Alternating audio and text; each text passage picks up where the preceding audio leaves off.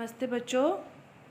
Class 9th NCERT का first lesson हमारे आसपास के पदार्थ, इसके बारे में अपने आज पढ़ेंगे। तो देखो, अपना पाठ क्या है, हमारे आसपास के पदार्थ, कि अपने आसपास कौन से पदार्थ हैं, कितने प्रकार के पदार्थ हैं हमारे आसपास और कौन से पदार्थ हैं, इन्हीं के बारे में अपने जानेंगे।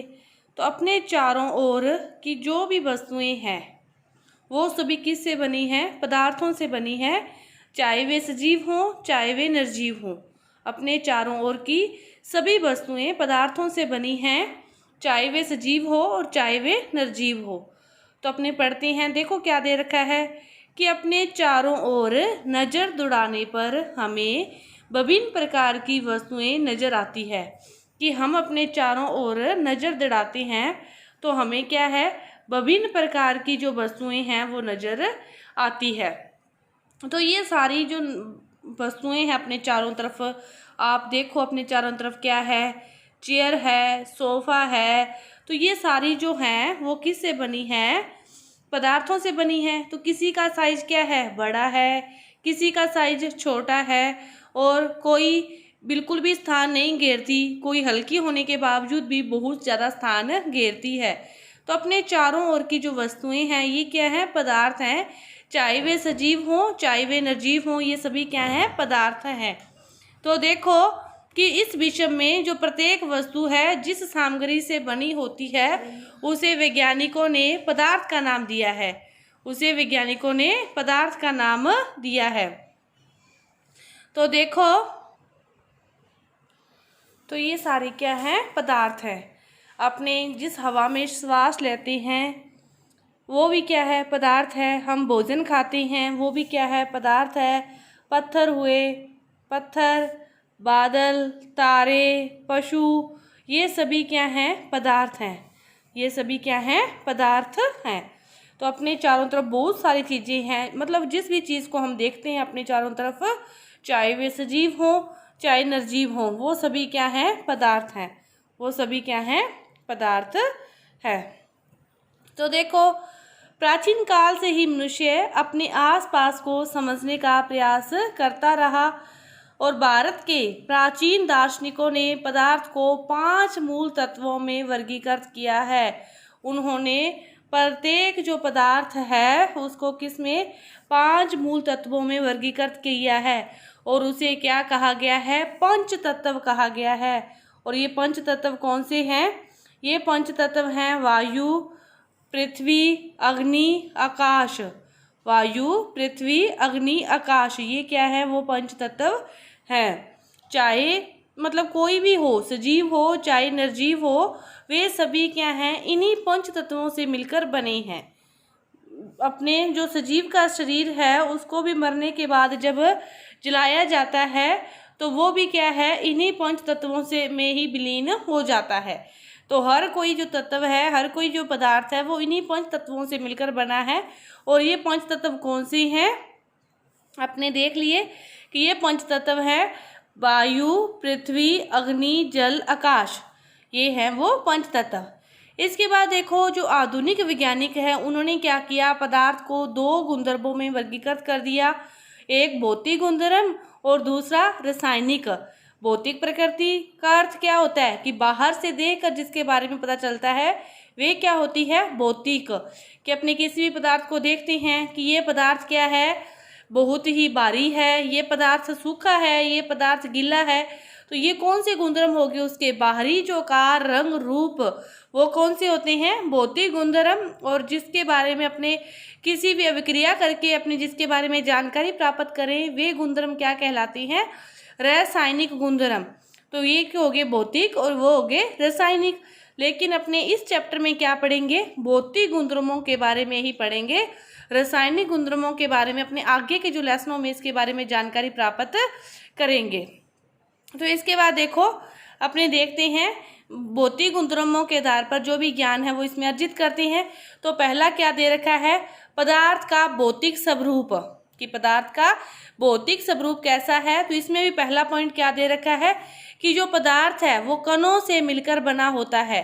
पदार्थ कणों से मिलकर बना होता है बहुत समय तक पदार्थ की प्रकृति के बारे में जो भी विचारधाराएं थी, उसमें यह विचारधाराएं दो प्रकार की अवधारणाएं जो प्रचलित हुई उसमें, एक तो क्या हुई कि जो पदार्थ है वो लकड़ी के टुकड़े की तरह सतत होते हैं, कि जैसे लकड़ी का टुकड़ा कंटिन्यूस होता है, लगातार होता है, पदार्थ भी क्या होते हैं उसी तरह होते हैं, लगातार होते हैं, कंटिन्यूड होते हैं, लकड़ी के टुकड़े की तरह होते हैं। लेकिन अन्य विचारधारा आई जिसने उसका विरोध करके दूसरी विचारधारा दी कि जो पदार्थ है वो रेत की तरह के कणों से मिलकर बने हैं, कि जो पदार्थ है वो रेत की तरह जैसे कण हैं उन कणों से मिलकर बने होते हैं। तो ये दो उसने दो अवधारणाएं आई, पदार्थ के कणों से मिलकर बना है उसमें। अब देखो क्रियाकलाप दे रखा है 1.1। ये क्रियाकलाप क्या कहता है कि एक 100 ml का आप कोई भी बीकर ले लो, जैसे इसमें नीचे भी दर्शा रखा है, इसमें भी, तो अपने उसी में देख लेते हैं कि 100 ml का कोई भी बीकर ले लो, पानी ले लो, उसमें पानी भर लो।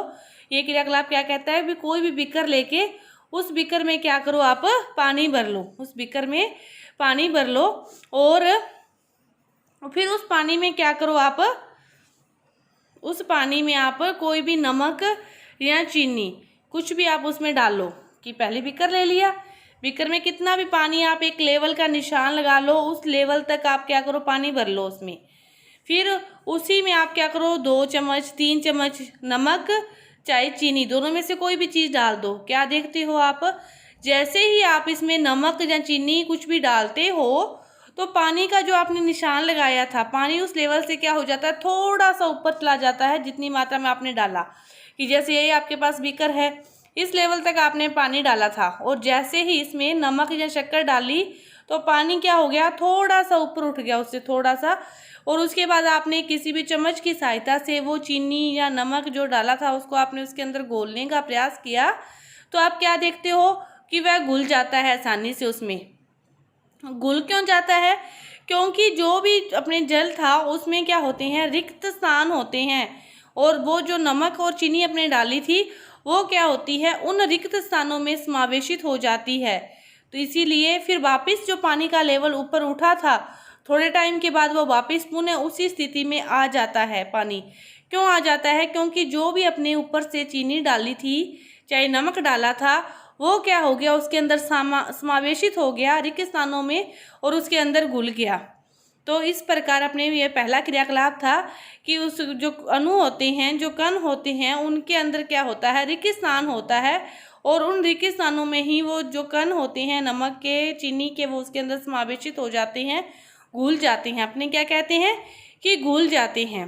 तो ये था आपका क्रियाकलाप 1.1। और आपका जो पहला गुण भी था, क्या गुण था आपका पहला, कि जो पदार्थ है उसका जो भौतिक स्वरूप, और उसका भी पहला पॉइंट था कि पदार्थ कणों से मिलकर बना है। और अपने दूसरा जो शुरू करते हैं, दूसरा क्या दे रखा है, दूसरा दे रखा है अपने को पॉइंट कि जो पदार्थ है इस के जो कण हैं वो कितने छोटे होते हैं। ये देखना है कि जो पदार्थ है उसके कण कितने छोटे होते हैं। इसके लिए भी एक क्रियाकलाप दे रखा है, और ये क्रियाकलाप क्या दे रखा है कि आप कोई भी बीकर लो, उस बीकर में क्या करो आप 100 ml जो पानी है उसमें डाल लो। कोई बीकर ले लिया, उसमें क्या किया, जैसे आपने ये बीकर ले लिया, इसमें आपने 100 ml पानी डाल लिया। 100 ml पानी डालने के बाद क्या होता है, आप इसमें पोटेशियम परमैंगनेट जिसे लाल दवा भी कहते हैं उसके क्या करो आप 2 या 3 क्रिस्टल इसमें डाल दो। डालने के बाद वो घुल जाएंगे और उसको रख दो। उसके बाद आप क्या करो, कुछ टाइम के बाद जब वो घुल जाए अच्छी तरह से, उस घोल में से क्या करो जिसमें आपने क्रिस्टल डाले थे, कि जैसे इसमें क्रिस्टल डाले थे तो इस घोल में से आप क्या करो 10 ml लेकर दूसरे बीकर में डाल लो। दूसरे बीकर में इसका कितना डालना है 10 ml, और इसमें पानी कितना डालना है 90 ml, मतलब वापिस 100 ml बनाना है। ठीक है, ये एक बार किया। इसी को फिर क्या करो आप फिर दोबारा से करो कि इसमें से 10 ml निकाल लो, दूसरे बीकर में डालो और उसमें फिर 90 ml आप पानी डालो, कि इसी में से फिर 10 ml निकाल लो, दूसरे बीकर में डालो और उसमें फिर आप 90 ml पानी डालो। इस प्रयोग को आप लगातार 5, 6 से 8 बार जितनी बार कर सकते हो करो। और उसके बाद भी आप क्या देखते हो कि लाल दवा का जो असर था जो लाल दवा बनी थी उसके कारण अपने क्या देखते हैं कि जो लाल दवा के कारण उसका जो रंग में परिवर्तन था, पहले में जो रंग में परिवर्तन था, मतलब जिसमें अपने लाल दवा डाली थी उस टाइम जो रंग में परिवर्तन था, वो रंग में परिवर्तन इतने सारे प्रयोग करने के बाद भी वो रंग में परिवर्तन लास्ट तक दिखाई देता है। फर्क सिर्फ इतना आता है कि जो फर्स्ट टाइम रंग था वो थोड़ा सा ज़्यादा डार्क कलर का था, धीरे धीरे उसको पानी में डालते गए, उसको तनुकृत करते गए, उसकी सांद्रता को कम करते गए, तो लास्ट तक उसकी जो रंग है वो फीका तो जरूर हो जाएगा, लेकिन जो रंग का परिवर्तन है लाल दवा के कारण वो उसमें भी दिखाई देता है। कुछ टाइम के बाद, ये प्रयोग करने के बाद भी ये परिवर्तन हमें क्या है, दिखाई देता है। तो पदार्थ के ये कण कितने छोटे हैं, इससे अपने अंदाज़ा लगा सकते हैं कि अपने 100 ml पानी में अपने जो क्रिस्टल डाले थे वो 2 से 3 क्रिस्टल डाले थे 100 ml पानी में, लेकिन उसका जो कितने बार प्रयोग करने के बाद, कितना पानी डालने के बाद भी उसका जो रंग में परिवर्तन था वो अपने को दिखाई दे रहा था। तो इसका मतलब क्या हुआ कि उन क्रिस्टलों में भी आगे छोटे से छोटे कितने कण हुए, कितने आगे भागों में वो वर्गीकृत हुआ, जिससे जो रंग में परिवर्तन हमें बाद तक, कितने प्रयोग करने के बाद तक हमें दिखाई देता रहा। तो पदार्थ के कण कितने छोटे हैं, हम ये समझ सकते हैं कि पदार्थ के बहुत कण छोटे होते हैं, इतने छोटे कि हम कल्पना भी नहीं कर सकते। तो इसको अपने इस प्रयोग के द्वारा समझ भी लिया कि हम इसकी कल्पना भी नहीं कर सकते कि पदार्थ के कण कितने छोटे होते हैं। तो इसके बाद जो नेक्स्ट टॉपिक है अपना, पदार्थ के कणों के अभिलाक्षणिक गुण। तो इसमें पहला जो पॉइंट है कि पदार्थ के कणों के बीच रिक्त स्थान होता है, तो इसके बारे में अपने समझ चुके हैं एक प्रयोग के द्वारा। वही सेम चीज़ है, चाहे उसकी जगह आप कुछ भी ले लो तो बिल्कुल वही सेम चीज़ है। जैसे अपने यहाँ पे प्रयोग किया था कि पानी लेकर और उसमें नमक या चीनी का घोल किया, तो वो कहाँ घुलता है कि पदार्थ के कणों के बीच रिक्त स्थान होते हैं, वह नमक व चीनी वहीं पर ही घुलती है रिक्त स्थानों में। दूसरा देखो कि पदार्थ के जो कण हैं वो निरंतर गतिशील होते हैं, पदार्थ के कण निरंतर गतिशील होते हैं। इसको आप किसी भी प्रयोग के द्वारा समझ सकते हो। जैसे आपने क्या किया, वही बात कि एक पानी ले लिया बीकर में पानी लेके रख दिया, पानी में सारे कण एक जैसे हैं, रंगहीन है, अपने को दिखाई नहीं देते कि कण गति कर रहे हैं या नहीं कर रहे, लेकिन अपने क्या करें, इसमें कोई भी चीज़ डाल दें, अपने इसमें कोई भी चीज़ किसी भी रंग का, चाहे लाल दवा चाहे नीली स्याही, आप इसमें कुछ भी इस पानी में डाल दो कि ऐसी बीकर है आपके पास, उसमें आप ऊपर वो चीज़ डालोगे तो क्या देखते हो आप कि वो जो रंग है कुछ टाइम, जो भी चीज़ डाली वो कुछ सेकंड के लिए तो वहीं पर स्थिर रहती है, लेकिन कुछ सेकंड या कुछ टाइम के बाद वो क्या होती है, पूरे पानी के बीकर में, गिलास में, जिसमें भी अपने डाली है, आप इसको कांच के गिलास में करके देख सकते हो कि आपने कांच के गिलास में, पारदर्शी गिलास में इसको डाला, तो आपने जैसे ही ऊपर रंग की शाही डाली तो आप क्या देखते हो, बाहर से लहरें देखोगे कि वो धीरे धीरे नीचे की ओर गति करना आरंभ कर देते हैं, धीरे धीरे वो नीचे की ओर क्या है, गति करना क्या कर देते हैं, आरंभ कर देते हैं। ये पानी का गिलास है, यहाँ डाली तो धीरे धीरे जो कण है वो ऐसे ऐसे ऐसे, फिर कुछ सेकंड, कुछ टाइम, मिनटों में कह सकते हो कि पूरा जो गिलास है उसका रंग कैसा हो जाता है, उसी स्याही के जैसा हो जाता है। इसमें इसका मतलब क्या हुआ कि जो पदार्थ के कण थे उन्होंने गति की, एक स्थान से दूसरे स्थान तक गए तो ही एक जगह पर डाला गया रंग, शाही चाहे कुछ भी है, वो पूरे गिलास में, पूरे बर्तन में वो पहुंच सका। तो इसका मतलब क्या हुआ कि पदार्थ के जो कण हैं वो निरंतर गति करते हैं, पदार्थ के कण निरंतर गति करते हैं। इसके बाद देखो ये क्रियाकलाप सभी इसी से संबंधित है, आप इसको आसानी से समझ सकते हो। जो दूसरा अगला पॉइंट है कि जो पदार्थ के कण हैं एक दूसरे को आकर्षित करते हैं, इसके बारे में अपने अगली वीडियो में करेंगे। धन्यवाद।